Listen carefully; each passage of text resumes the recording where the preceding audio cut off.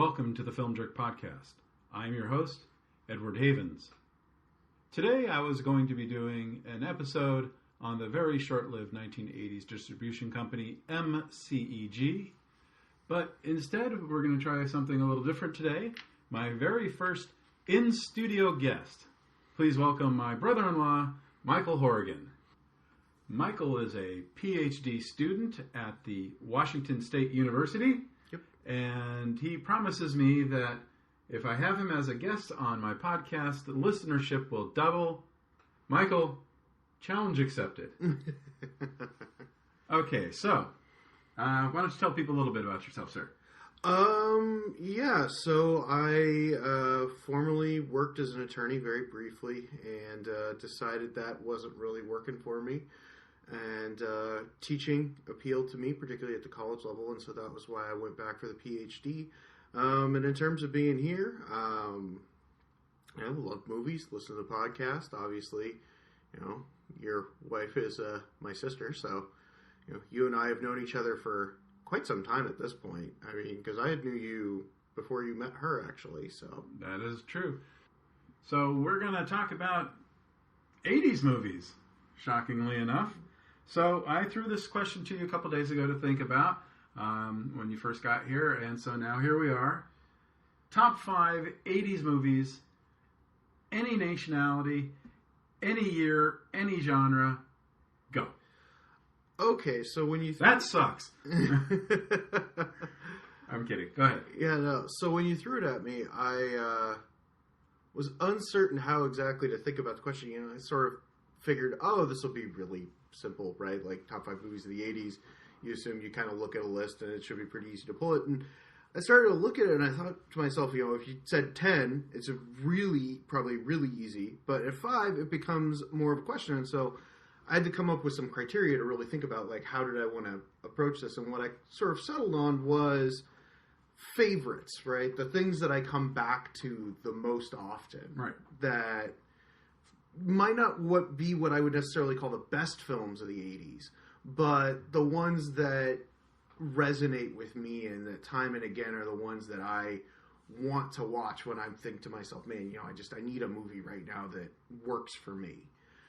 So on that level, sort of the first one that I thought of was My Neighbor Totoro, which obviously is one from the 80s. I highly doubt it was released in the U.S. at the time. You can fill me in on that. I actually brought that up in my Trauma episode a few episodes back, that Trauma actually released Totoro in America 5 years after it was released in Japan. And in fact, because it was not a typical Trauma movie, they even created a new label called 50th Street Films in order to separate it from what the Trauma name had become in America. But if it hadn't been for the Toxic Avenger, they wouldn't have had enough money to bring Totoro to America. So, yeah, it's a Trauma movie. Not exactly what one would generally think of as a Trauma film. Nope. As you and I were discussing earlier, Trauma tends to drag up certain feelings, and Totoro sort of drags up the opposite version of those feelings. Opposite.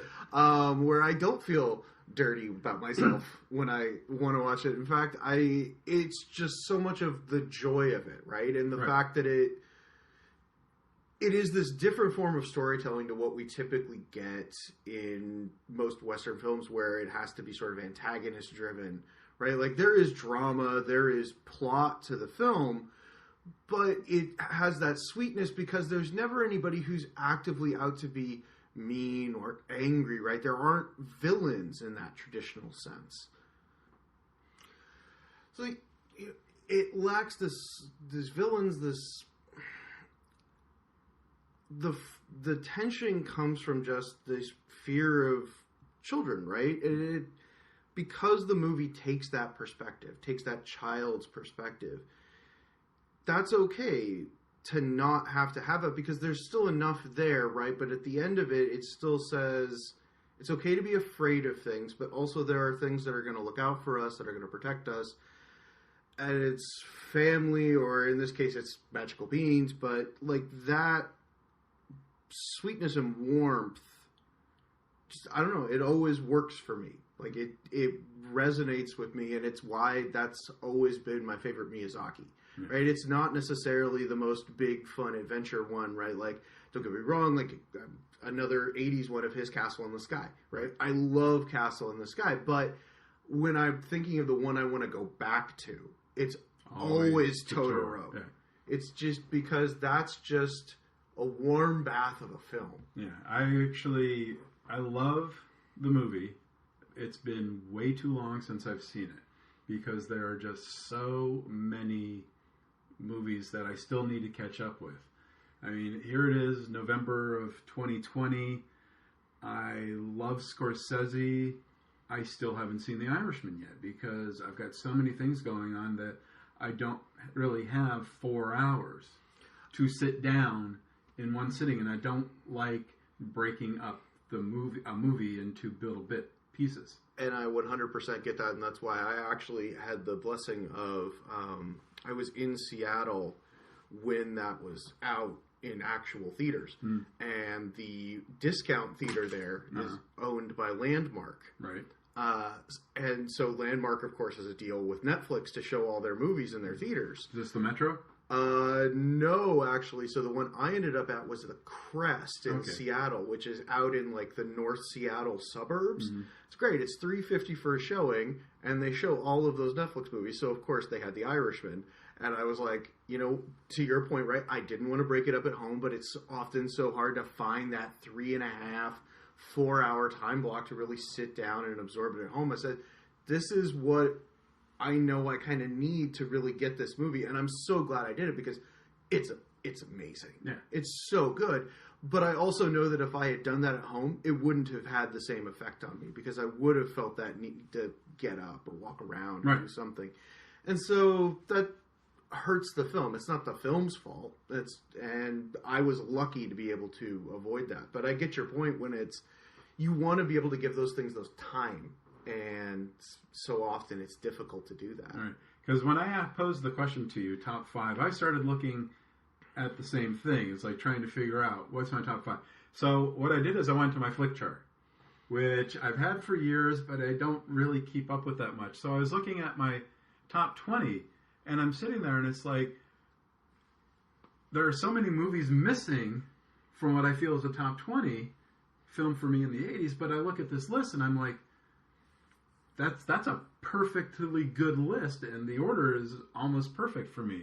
For example, from just 16 to 20, I've got The Natural, The Untouchables, Field of Dreams, Local Hero, and The Right Stuff. And that's a top 5 in and of itself. Those are just such great, fantastic movies.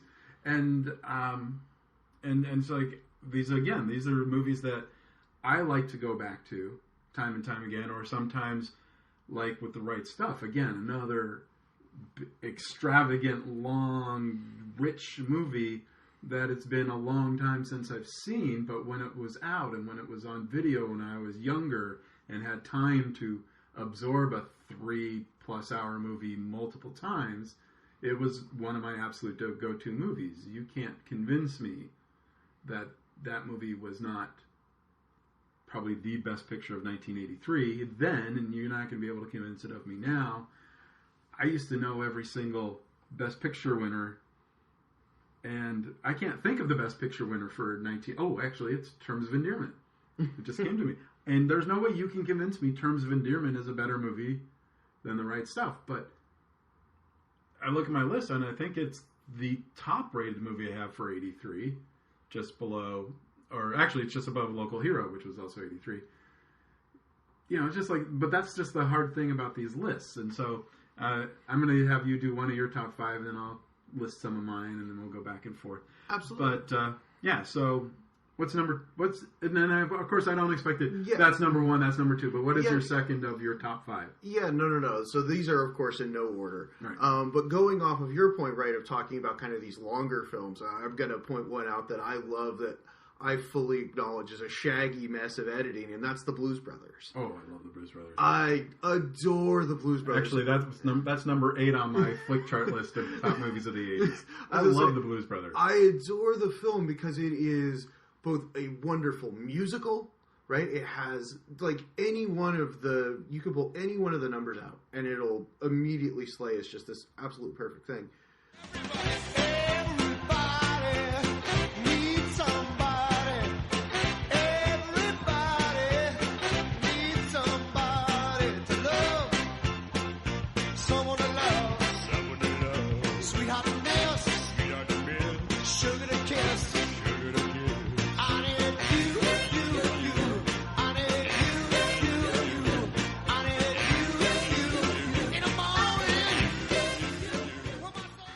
So yeah, that just goes to prove that point, right? And then you've not only got all the musical numbers, but then you've got, to be kind of blunt about it, John Landis at sort of his irresponsible height, but we haven't killed anybody yet, so it's still okay for us to laugh about. It's not funny when we get to the Twilight Zone. No. But that's the thing, right? You don't get Blues Brothers if you don't just have that willingness to be insane and be like, wouldn't it be fun if we just like crashed 20 police cars right now? Like sort of that wild frontline energy, right? Which obviously can go too far, and we saw it go too far eventually. But there it feels like it's just that perfect storm moment where it's not too much, it's just enough. Mm-hmm. And kind of going to that point where I talk about the shagginess, the car chase portion of it is the shagginess, right? Like the ending is just, it just keeps going and building and building. Like they don't kind of know where they're going with it, but they, I don't know. It feels like to me they still do. And it never loses my attention even as it's doing that because it's throwing enough gags at me the whole time that I'm still on board with it. But it's not a gag machine in the way that, say, like Airplane, which was released 1980, same year. It's not that type of comedy, right? It's throwing jokes at you, but like just often enough to like pull you back in if the car chases are going a little bit long. Like think about like the mall sequence, right? I love the mall sequence. Like who doesn't? Who doesn't, right? Because what you're doing is because there's this whole chase sequence going on through a mall. They're dodging people. They're smashing through windows and stores and stuff, and then just a random non sequitur. Oh, look, there's a sale, you know. And, the new Buicks are in. Buicks are in. And it's just like that's something you just do not expect or did not expect at the time from a scene like that where, you know, usually when there's a car chase sequence, it's all very hyped up and amped and the music is pounding and they're very serious about all the things they're doing. And here they are, these two guys in a beat-up former cop car driving through a mall, and it's just another day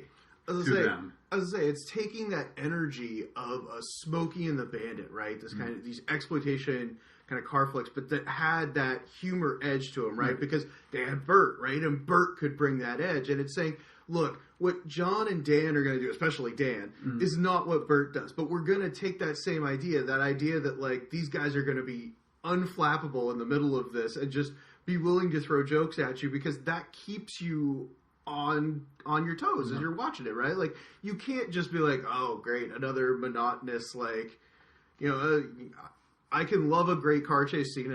I love all the Fast and Furious films, so clearly I do, but that helps you to never forget ultimately the type of film you're watching. Right. For me, because I was 12 when it came out. And in my household, my dad had a humongous record collection that he'd collected over the years from the time that he was a teenager. So all of these artists that I had some exposure to, I knew who Aretha Franklin was. I just didn't know how important she was at the time. I knew who Ray Charles was. I just didn't know how important Ray Charles was. And the Blues Brothers was kind of my true introduction to all of these incredible musicians. Cab Calloway. Again, I had heard Minnie the Moocher, but how I knew Minnie the Moocher, because I was growing up in Los Angeles in the late 70s and early 80s, was actually from Oingo Boingo's version from Forbidden Zone. But I knew who Cab Calloway was, and I knew who all these artists were. But I didn't know who Steve Cropper was. I didn't know who Duck Dunn was. I didn't know who all these guys were. So that kind of led me to learning about Stax Records and the Memphis Sound and all of them, which led me to Booker T and the MGs and Sam and Dave. It's just that's what most.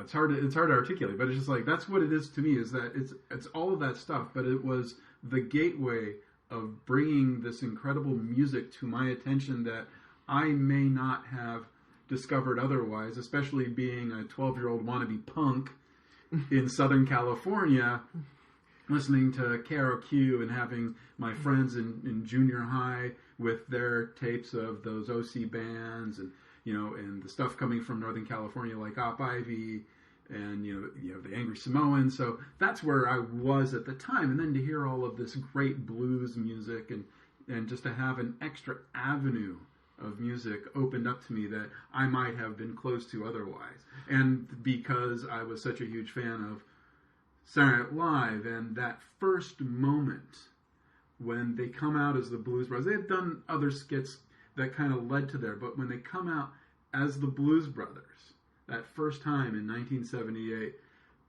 that was just a revelation. And so when they announced the movie, I was like, fuck yeah, I'm seeing that. And it was rated R, and my dad kind of had a thing about rated R movies at the time, but he knew how much I loved Saturday Night Live and especially the Blues Brothers.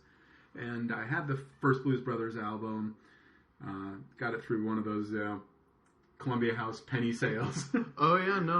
That's a lot of my father's record collection came through similar things. And so it's just like that's what that movie means to me, more than the gags and more than those characters. It's just that bringing all that new old music to me is just something that I will treasure until the day I die.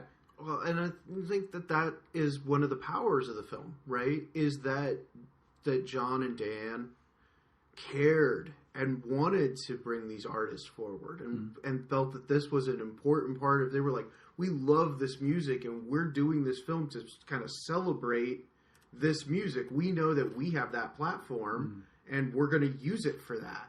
And it's so kind of heartening when artists do that, right? When we see artists who, when they get to a success point, to say, all right, it's time for me to bring everybody up behind who is behind me or that I think is important, that I think deserves this spotlight, and I'm going to use my spotlight to pull them up with me.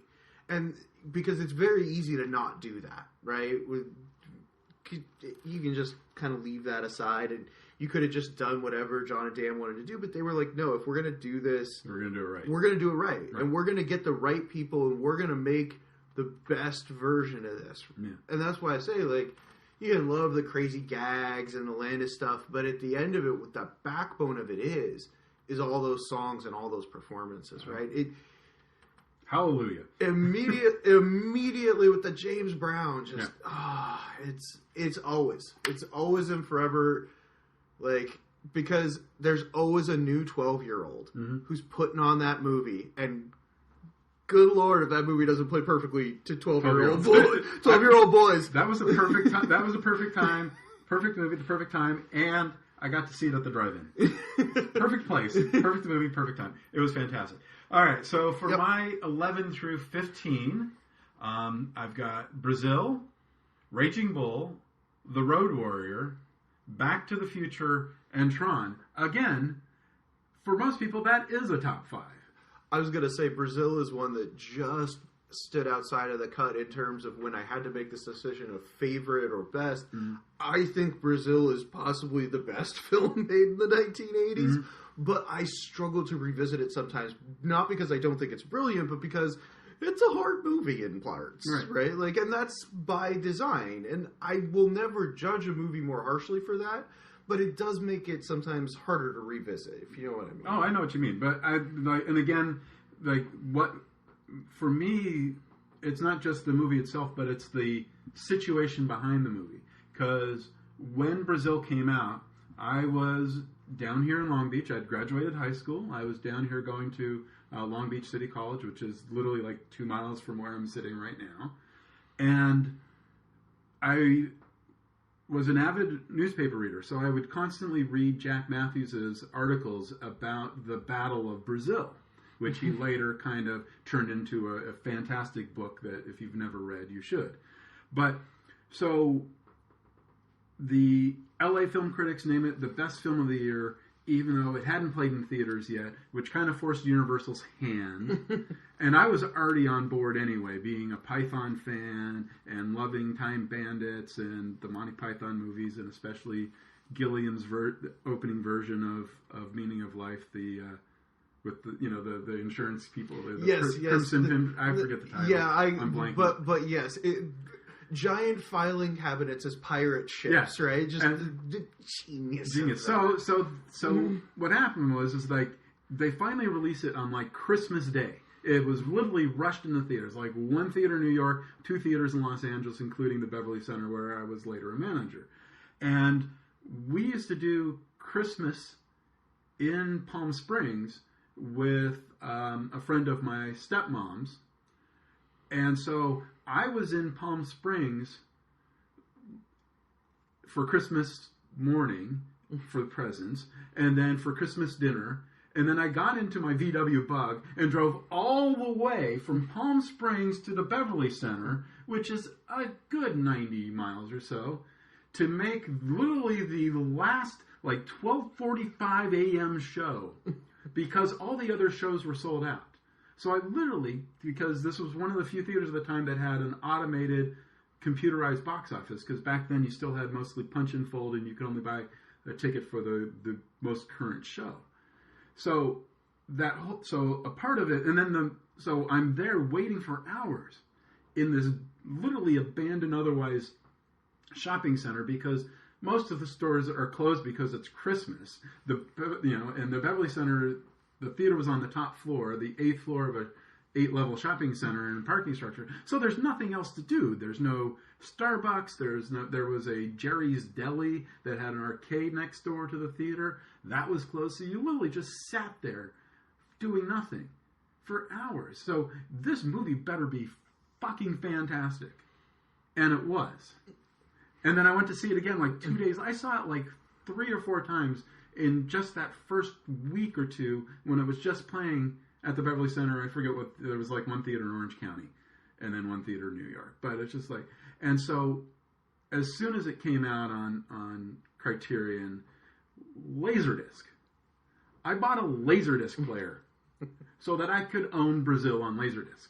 And then when it finally came out on the DVD with the all the different versions, yeah. And I still revisit it to this day, 35 years later, because even though I know every gag in that movie and every scene and know exactly every punch, it still just gets to me. It never gets tired, no matter how many times I've seen it. No, it just... It speaks to a quality of the filmmaking and the idea, and that sometimes you can just kind of get that lightning thing, mm-hmm. right? Like, I love Gilliam's work. I hate to kind of say it, but just it's up to a point, right? Mm-hmm. Like, and I think everybody loses their fastball at some point. Yeah. Some people don't. Some people don't. What up, Marty? Because I still go see, to your point, I can still go see every Scorsese movie. I saw The Irishman in the theater. And yeah, that's still the fastball. Yeah, in fact, your sister still holds me. We came down to Los Angeles in 2016 when Silence came out. It was playing at the ArcLight in Hollywood, and it was new Scorsese. And I'm like, we're going. And then, I'm sorry, Silence is not that good of a movie. It's a beautiful film. It is a gorgeous film. I will concede that is a Marty that I missed. That was one that I was in an in-between point in my life. And but so your sister, 4 years later, still holds it against me. There's like 4 movies that I've taken her to that she holds against me. One of them is Kaena, the Japanese anime movie from the early 2000s. The other 2 I'm blanking at the moment, but she will bring up Silence.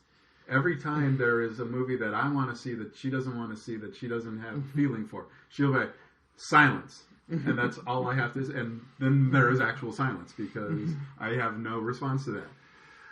It happens sometimes. Right. Sometimes we whiff on them. And sometimes guys sometimes people make bad movies. Mm-hmm. It's okay to make a bad movie. Making a bad movie doesn't make you a bad director. Right. Now, making several bad movies means you might have become a bad director, but I'm never going to presume that on you made one bad film. Yeah, from Jabberwocky to Fear and Loathing is grade A. Yeah, everything in that range is pretty much perfect, and everything after that is... The thing is, it's always still interesting, even if it doesn't hit those heights. Except Tideland. Yeah, that one I have chosen to avoid. No, Tideland, I got to see Tideland at the American Film Market in, I want to say 2005 or 2006, before it came out in theaters. I was able to get a press screening pass for it. I went in excited, as I do with every Gilliam movie, or did do with every Gilliam movie, and I just was so disappointed because the visuals were there, the story was considerably lacking. And then he came back to a certain point with Parnassus. Yeah. He came back to a certain degree with that, losing one of your stars. Yeah, no, and see, that's the thing is I look at Parnassus and I'm like, that looks like Terry getting it together, and it breaks my heart that we don't have the full version of that with Heath. Because I think that would have held together better. He's doing the best he can with the fact that he lost his star and is adjusting on the fly. But, that has that kind of that feeling of the older, of tapping back into that vein but trying to maybe look at it from a different perspective. Mm-hmm. And I think that is incredibly valuable when an artist is willing to go back into their past and interrogate a little bit. Like, this is how I would have approached a similar story like this one way, and now I approach it this different way because I'm older and I have different perspectives on life than I had when I was 35. If I'm a 65-year-old man, I would probably think and experience things differently. And I think that not only for the filmmakers, I think that's valuable, but I think for the audience that's incredibly valuable, because then we have those two points of view to look at and say, which one do I think is leaning in a more correct direction, right? And we can then take that to ourselves, and in that way, we provide that power to those ways of looking at the world. I don't know. That's the rhetorical theorist in me coming out, so apologies. Okay, that's fine. Let's get back on some more fun stuff, and I will throw one of mine out that was one that you had in that chunk of your list. And no, it's not Tron, because Tron is so boring. We'll agree to disagree there. I will admit that Tron is not a fantastic movie.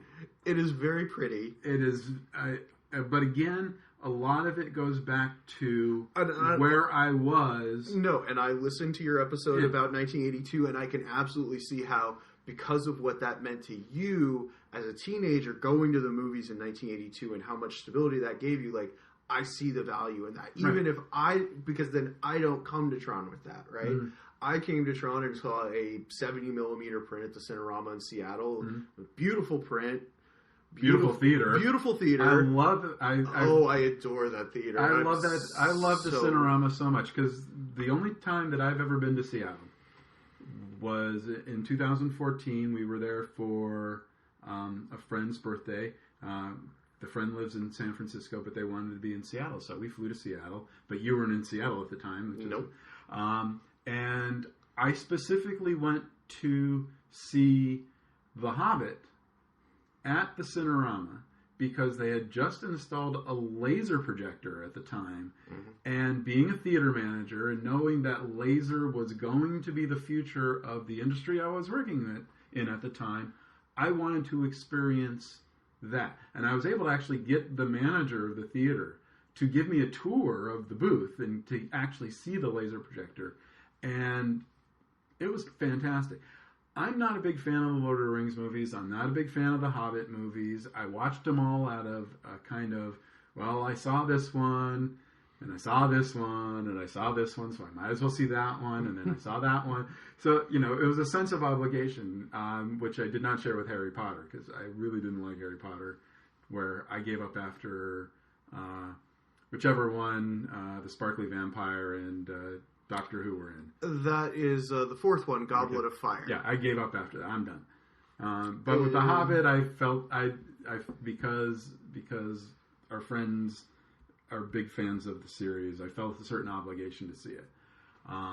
But being able to go to the Cinerama and all the things they do there with the chocolate popcorn and the special displays. Now they had some materials from The Hobbit, but they also had like costumes from the Batman movies, and not the Dark Knight movies, the Batman movies, and stuff from Paul Allen's collection. It was always so. Here's the bad news for your listeners: the Cinerama is no more. What? So they had closed up shop earlier this year for, and I'm going to air quotes here, the listeners will hear, renovations. Right. This was somewhat dubiously heard in the Seattle area. Since COVID has happened, they have said they are closed indefinitely. Mm-hmm. The odds that they are coming back is incredibly low. The reason that the theater survived as long as it did is because Paul Allen bought it. Right. Because he loved going to movies there as a kid. They were going to level it. I know because I went the weekend before they were supposed to close for good the first time. Right.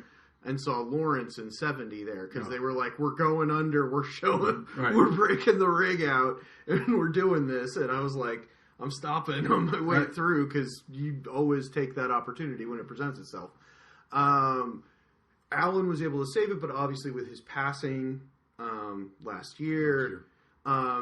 It had passed the trust, and it was somewhat questionable whether or not that was going to be something that stayed open. Mm-hmm. And unfortunately, it looks like they're pulling the plug on not only that, but a lot of the museum properties. Because a lot of why that existed was, to be frank, to give Paul Allen a tax write-off. Right. Because by showing his personal memorabilia in those places, mm-hmm. he could get a tax write-off for doing that.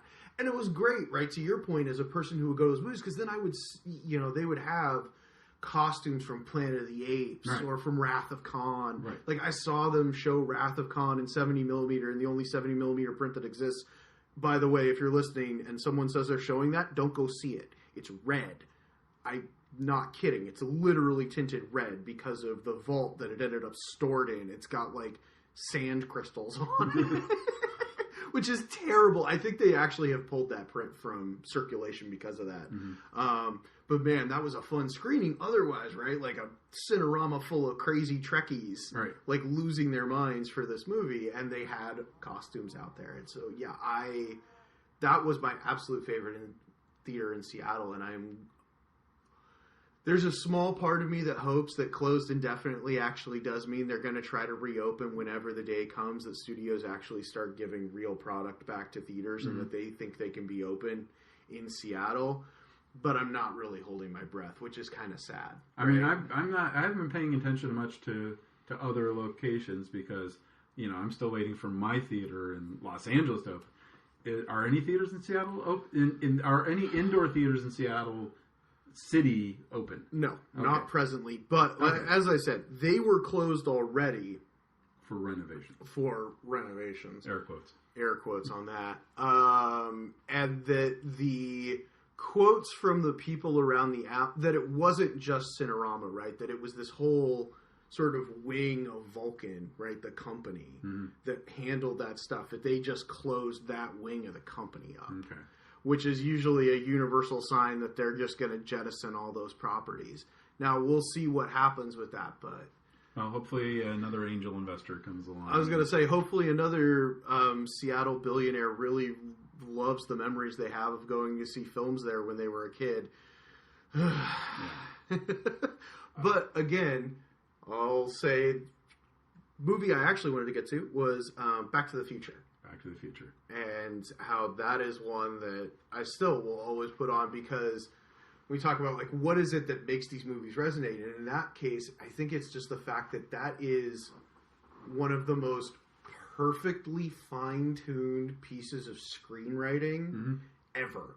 Like, every piece of that movie sets up every other piece and pays off everything. Like, there's not anything there that's extraneous. It's all designed to deliver you some type of a payoff on some level. Right. And that goes to, and I've been listening to the Blank Check podcast, guys, and they've been doing a deep dive into Zemeckis' filmography. And I unfortunately haven't gotten to their Back to the Future episode yet, but they were talking about Romancing the Stone, also another really fun Zemeckis movie, and the fact that he went off to do that rather than make Back to the Future at the time because he wanted to keep fine-tuning it and other things. But I'm like, I think that extra time, right, those years spent working that with him and Bob Gale help you to end up with the film that you have, right? I don't think you have that if they haven't taken that time to perfect that. And that's a strength of theirs as screenwriters, right? You can even see that in Used Cars, right? Or Used Cars. Yeah, I mean, because Used Cars shows that, right? That they've developed, even at that point, this ability to set up so many things in plain sight and then to pay them off at the end, right? The last 20 minutes of that movie is just them paying everything off that they've been giving you for the preceding hour and 20 minutes as they were telling you a pretty fun story. And Back to the Future is them perfecting that. Right. Every piece matters, and every piece is giving you something that's paying off to build this story. And inside that, you get technical marvels, and this goes to the point of a point that came up on that Romancing the Stone episode, is that they talk about that may have sort of been a point where Zemeckis figured out how to handle actors because the actors nearly murdered him on set because he wouldn't stop being like, but I need you to stand this way. Right. And they were like, but I can't act that way. And, like, I'll always be interested to see the Stoltz footage. I know you've talked about that before as well. I mean, just from the nuggets that they put on things over the years, and it's just like, it doesn't matter what they have.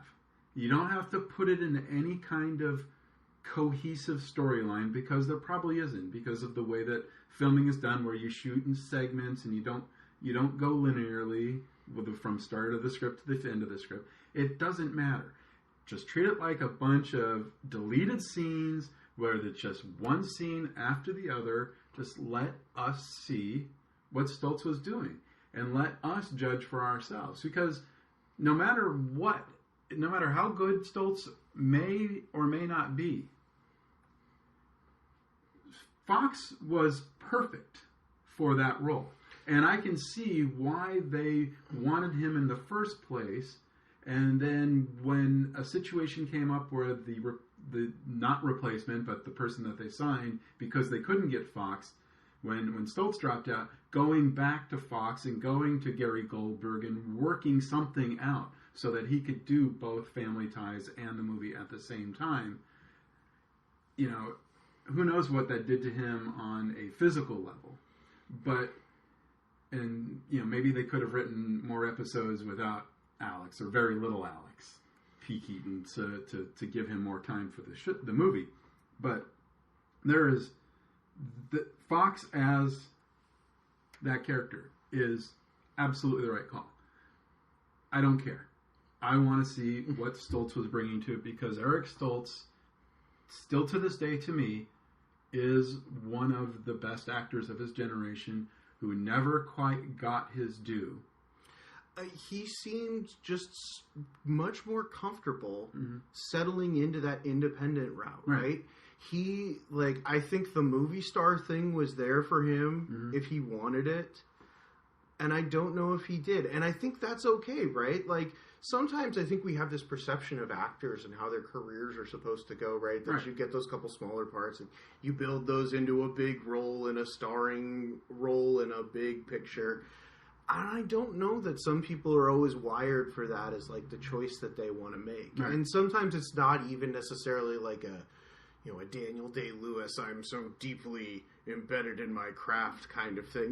It's literally just look, I like making movies at this level. I like working with people at this level. I think that I can help at a certain point, it really does become, I can help people at this level, right? Because if an Eric Stoltz is willing to be in your movie, that's going to help you get financing to actually get your fucking movie made. Right. And not to go to that point specifically, but it's like every time he shows up in a Cameron Crowe movie, it doesn't matter what he's doing. It just puts a smile on my face, because, obviously he had that very small role in Fast Times. He was the star of Wildlife. And then he had a small role in Say Anything, a small role in Singles, and he just kept showing up. And then when he's not in a Cameron Crowe movie, it's kind of disappointing, no matter how good the film is. And again, Crowe's another, and Zemeckis is another, who, just like right out of the gate as a filmmaker was fantastic. And then they hit a certain plateau and they kind of just lost it.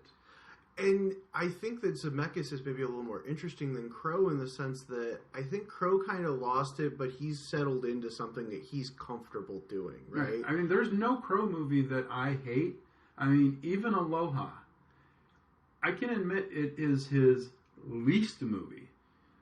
And I can admit it's not a great movie. But there's a lot of interesting things. And the whole controversy about Emma Stone's characters, genealogy, whatever, that didn't bother me because that's not what the movie was about so much. But there's enough of those Cameron Crowe moments with Baldwin and with her and with all the and I'm not a big fan of Bradley Cooper. This is probably one of the Bradley Cooper movies I actually like. I was going to say with Zemeckis, like, even after you get on the other side of Castaway, because that's really sort of the end of the run, right? On the other side of Castaway, he decides, I'm doing mocap. Right? Like, the mocap movies come pretty much right after that. And then that's basically where he stops being as important, I feel like, but he's always interesting, right? Because and it makes sense to me why he ended up in that, because to that point of Romancing the Stone, right? He's telling the actors to end up, or just like only caring that you hit your spot at this point. Right.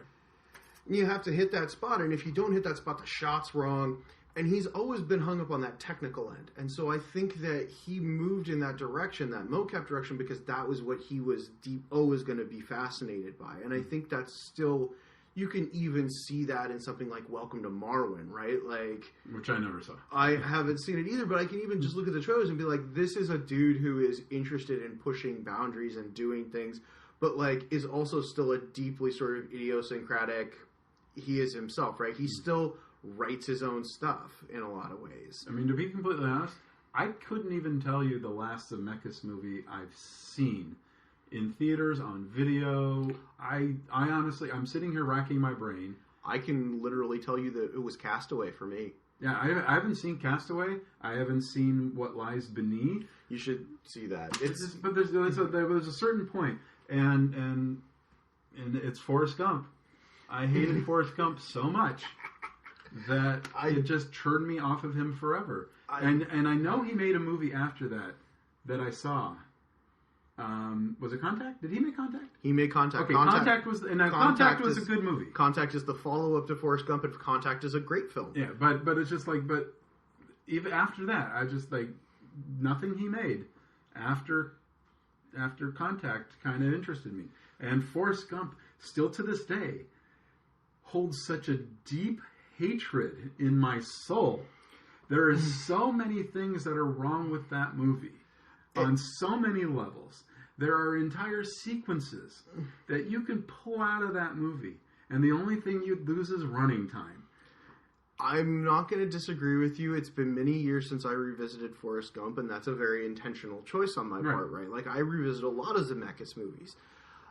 I deeply miss, and this goes to a point that the Blank Check guys brought up, is I miss this idea of Zemeckis before he became this Oscar guy, right? Mm-hmm. When Zemeckis was cranking out things like Back to the Future or even I'll go with one of my favorite deep cuts, Death Becomes Her, which I'm getting the look from you that you're not as deeply in love. Well, one of the things about working at a theater that when you're playing back then, you would play movies for months. Yes. And so, but the thing is that when I saw Death Becomes Her, I don't know what it was. It just did not appeal to me.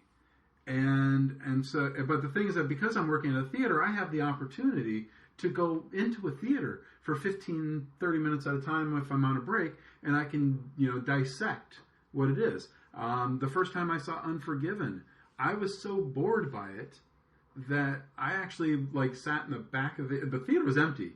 I saw it in Marina Del Rey, and the theater. And this was when I was a smoker. I literally would just kind of sit in the back row, and I would just smoke. I was just smoking in the theater, which you're not supposed to do. And I was just bored, so bored that I would just I just kept smoking. And it's like, I want to die now.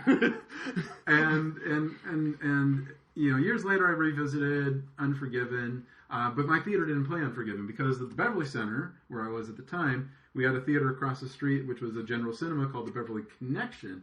They played Unforgiven, we didn't.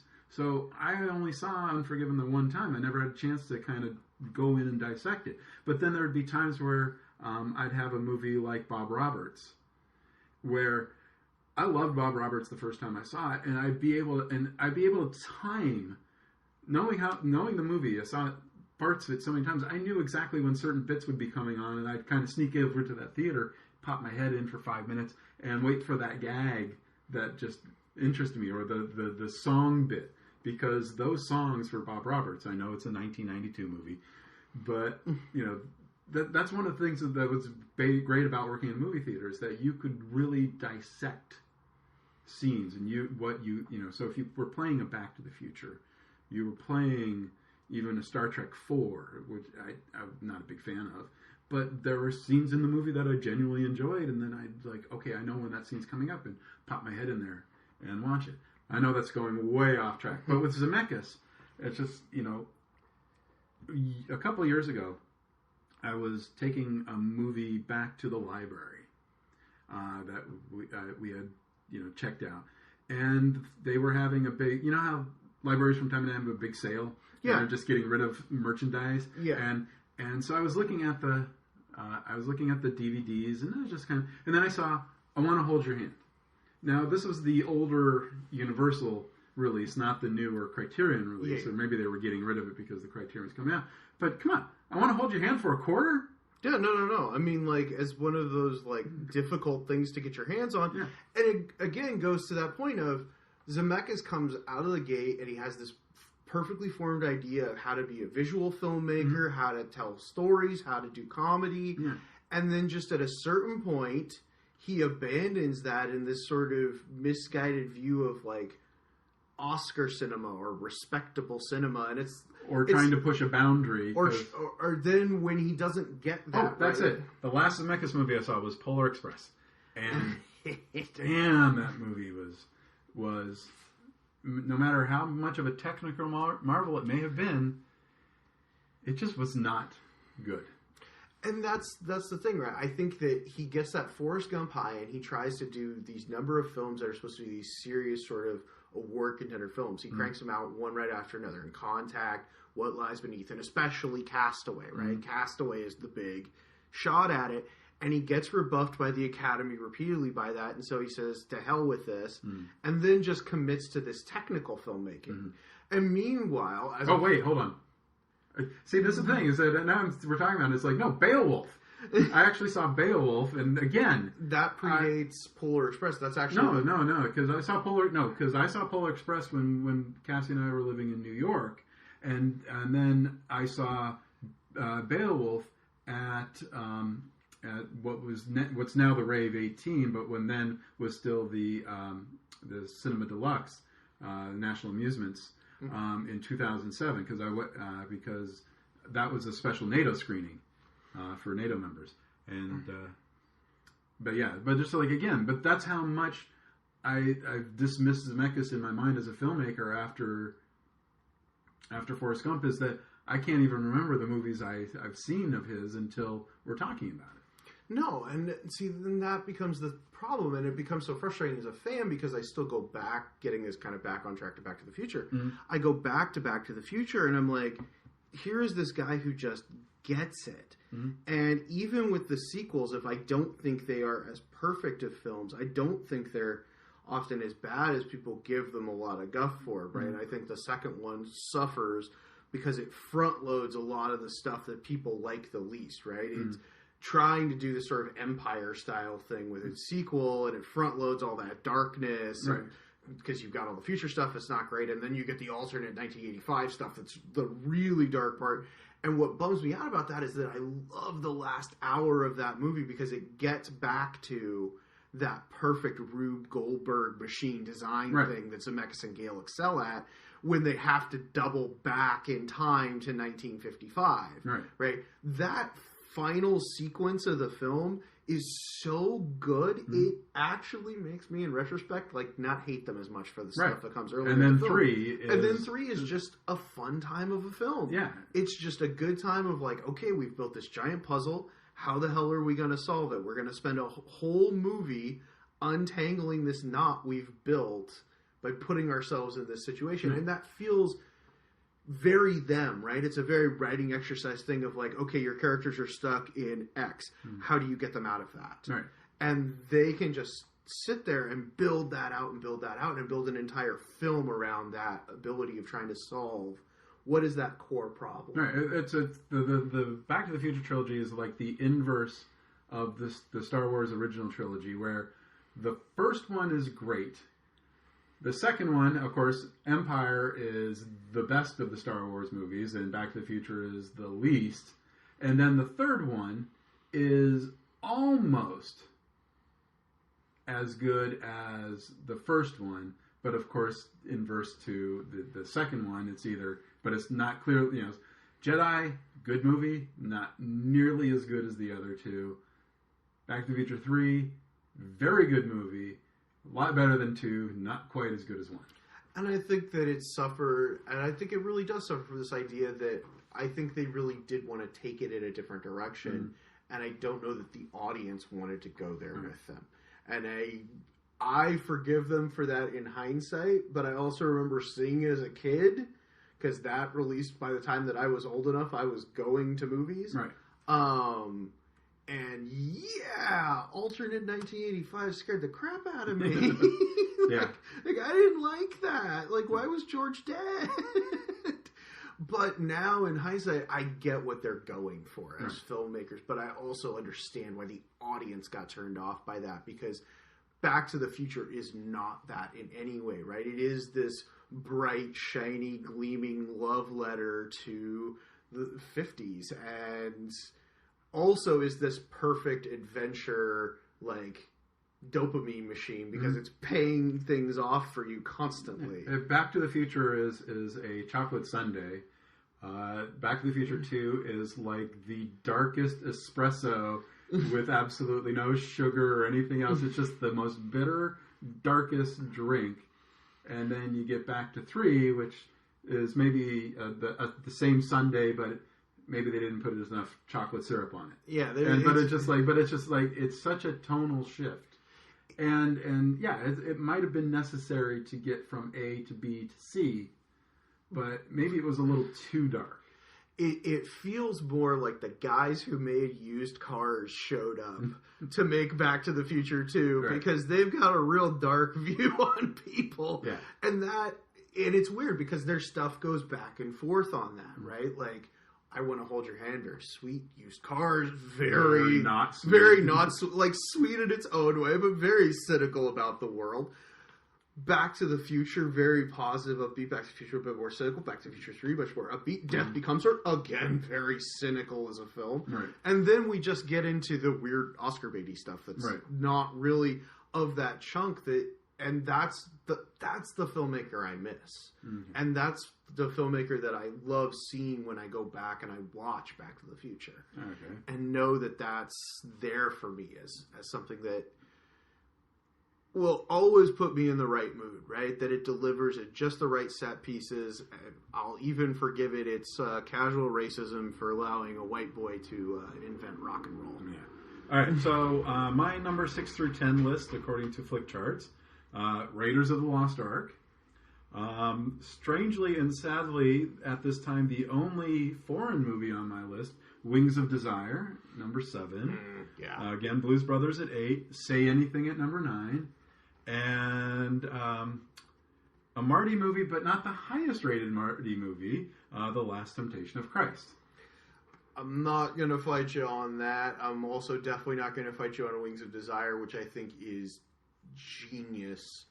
I think that both get at these ideas of spirituality and the questions that we ask of ourselves, right? Like, obviously, Marty's always been very consumed by that, and I think that Wenders is interested in it, but he's also interested in it as a way of... It really struck me. So I watched Wings of Desire very recently, within the last couple of years, for the very first time, and it struck me how much it was this letter of a city that would shortly never be the same, right? That it's this amazing snapshot of Berlin right before the wall comes down. Right. And you get this idea that he can feel that too, right? That that's just part of the undercurrent of all this. And so we're asking, like, what does this change mean in life, and applying the spirituality to that. I guess why it works so deeply for me. But then you get the fun of the Peter Falk. Yeah. Right? Like, and that helps to leaven that, like, you're having those big, deep, serious thoughts, and then it's like, and here's a man being like, it's just down to the coat. Right. I mean, and for me, I find it kind of strange that I have those two movies amongst my top 10, because I'm an atheist. So I am not responding to the religious aspects of Last Temptation. I know the stories, because even though I've been an atheist most of my life, I was never a Catholic or a Christian or whatever, but I've read enough of the Bible to know the stories. What I'm responding to with both movies are the visuals and the sound design and the music and the general story. And, for me, whatever Jesus' last temptation was is almost immaterial to me because of my lack of religious doctrine. But I hear the Peter Gabriel music, and again, and also part of it is takes me back to that first show, which I've talked about, I think, on a previous episode, where, just the insanity of driving from Santa Cruz to San Francisco, which is a 90-mile drive, at 4 a.m. to make sure we are the first in line to see it on that first show, that first day, and then even getting there at 5:30 in the morning, discovering we're not the first in line. And then the absolute madness of the circus. I don't know if you've ever seen footage of the protests outside of specifically the North Point Theater in San Francisco, which is where me and Randy and Dave and my friends saw it. But it's just and then going into the theater and seeing the first 4 rows of the theater completely blocked off, and literally 20 security guards standing between the front 4 rows that are blocked off and the screen, because there were legitimate threats of violence made to the theater. They're going to come and slash the screen. They're going to burn the theater down. God is going to smite everybody in the building. And then watching this beautiful love story to a deity, because that's what it is. I mean, Scorsese clearly loves Jesus. Oh, and I was going to say, right, like, to your point, you're rattling off all of the things that we all famously know as the protests and the vitriol towards the film. Yeah. And the vitriol is so misplaced because, and I will say, I'm presently what I would call a secular humanist, but I was raised Catholic, right? I did the whole thing. And so I tap into that, and I get where Scorsese is coming from with that as your background and iconography that is just imbued in your soul, really, right? Even if I don't actively think about it, right? Even just that kind of iconography and imagery is going to end up evoking that. Right. And I can tell that he's trying to evoke that, but to your point, he's evoking it in a very loving way. That film ultimately is a celebration of this idea that Jesus could have had all these things and gives them up in the end because he understands the power and the necessity of that to save people, and that is the more worthy thing, and that the film is communicating that to you as well, and saying this person is to be valued because he made this sacrifice. Right. That this idea that it has to be blasphemous because it shows this version of Jesus with children and a family, that ultimately undergirds the sacrifice that makes him even greater as a deity or a person, right? Like, as a person inside the story that the film is telling, or if you're a person of a religious belief, as Scorsese is, that's what he's trying to say. And people who were protesting or protested the novel just missed that point of the story, and that film was one of my dad's favorite movies, and he was similar to me, raised Catholic, and when it came out in the 80s, it really impacted him because he was very lapsed in his faith, but it communicated to him all the things that he thought were best about the story of Jesus, right? That idea of sacrifice and love for everyone, leading you to be willing to make sacrifices that are so great. The ultimate sacrifice. Yeah, like literally to give up everything, to give up your life in the name of love for everyone. Like that to him was the important lesson. And I think that's the important lesson to Marty. And I think that that's one of the single most important lessons, that even if you don't believe that Jesus Christ is the Son of God and all of that, right? Like that's still a powerful moral lesson to take from the film. Morality does not depend on religiosity. Right. And I think that film helps to show that. And for that, I'm so grateful to it. And I mean, also just a fantastic Willem Dafoe performance, of course. Right. The middle. But, like, yeah, that's why that movie, that's another one that I deeply love. And that's why it resonates with me. And when you kind of put Wings of Desire there with it, it just, those two kind of make me think of that similar thing, right? There's the idea of sacrifice for love. And that as a high moral calling. I think that has value, and I think that those films are both beautiful and moving representations of that. Right? It's been years since I've seen Last Temptation, just because I have so many other movies to catch up on. But again, it's one of those movies that might not resonate with me on the level that Scorsese intended.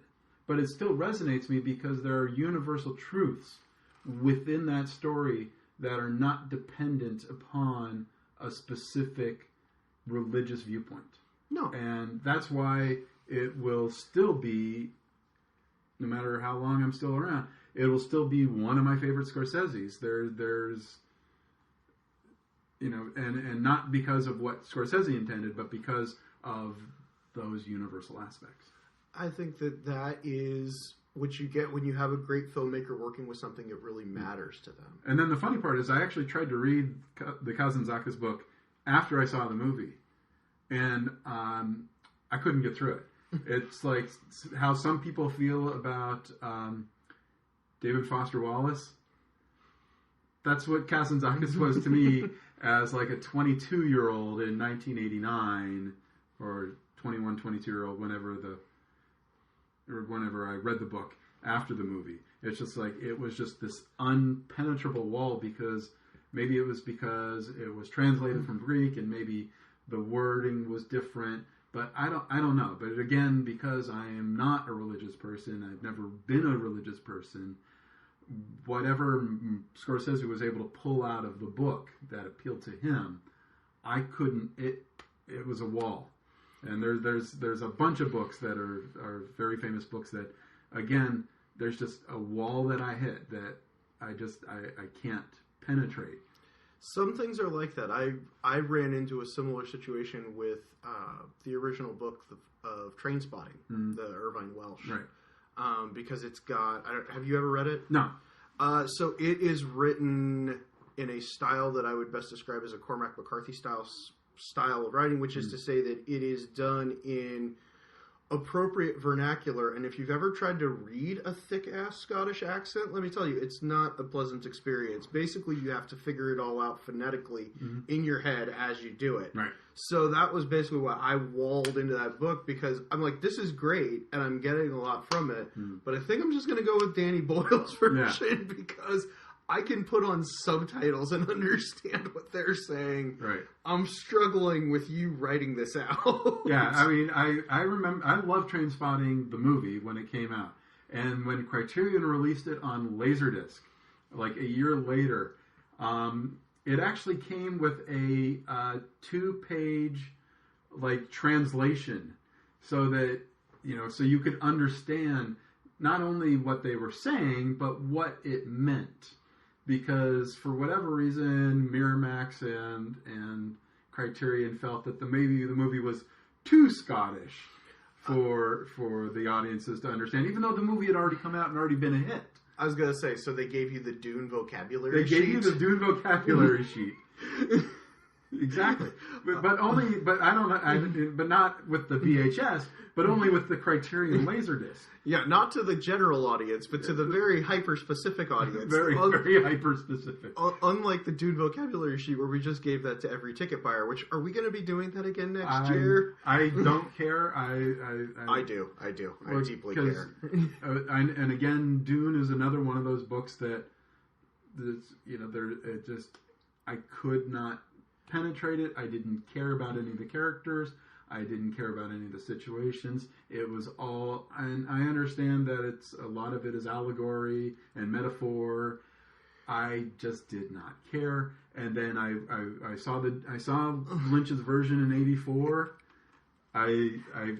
Opening night, 7:00 show, 41st Avenue Playhouse in Capitola. I was a senior in high school. I went with my friends, and I go and buy my ticket.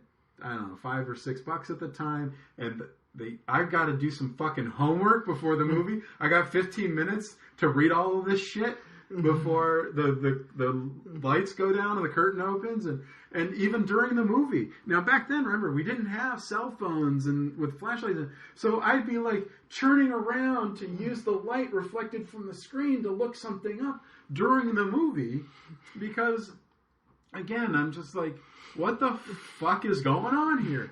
And then I watched it right there on that TV that's next to us 2 months ago, and without the benefit of the sheet, and all I could do was, I went back to that 17-year-old who was pissed off about having to fucking study before he watched a fucking movie.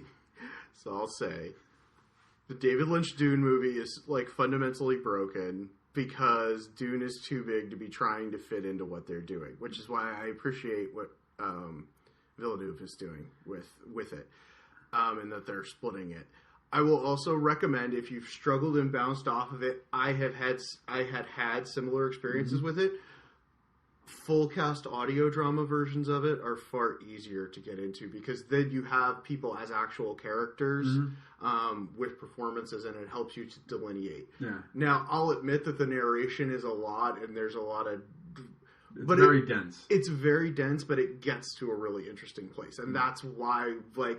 It's why the people who love it as deeply as we do, because, like, I get why it's something it's very easy to bounce off of. But kind of once you're able to get into it and you realize what the sort of central allegory and, like, the central premise of, like, the overarching story is, God, it's so good. And I'm deeply a fan of Villeneuve as a director. Right? I think he's a fantastic director. I put it this way. I never would have thought somebody could make a high-quality sequel to Blade Runner, let alone something that I thought was maybe not equally a masterpiece, but a truly great film. And he did. We're going to go ahead and stop here for the time being. This conversation went on for more than 2 more hours. So rather than have a 3+ hour podcast, I'm going to break this conversation up into 3 parts. The second part of this conversation will be posted in a couple of days. Thank you for listening. We'll talk again soon. The Film Jerk podcast has been written, narrated, and edited by Edward Havens, with special guest Michael Hourigan. As we are an independent podcast without a network of websites to help promote the show, we rely on word of mouth to get the word out about the show. Please help get the word out. Please post about the Film Jerk podcast on your socials. Please rate and review the show on your favorite podcast sources. Good ratings and reviews help get the podcast higher rankings, which help the show get seen by more potential listeners. And as always, I look forward to your comments about the show. You can leave me a note on this podcast's page at filmjerk.com, or you can leave me a message on my Twitter feeds at Edward A. Havens or at FilmJerk. The Film Jerk podcast has been a production of Idiosyncratic Entertainment. Thank you again. Good night.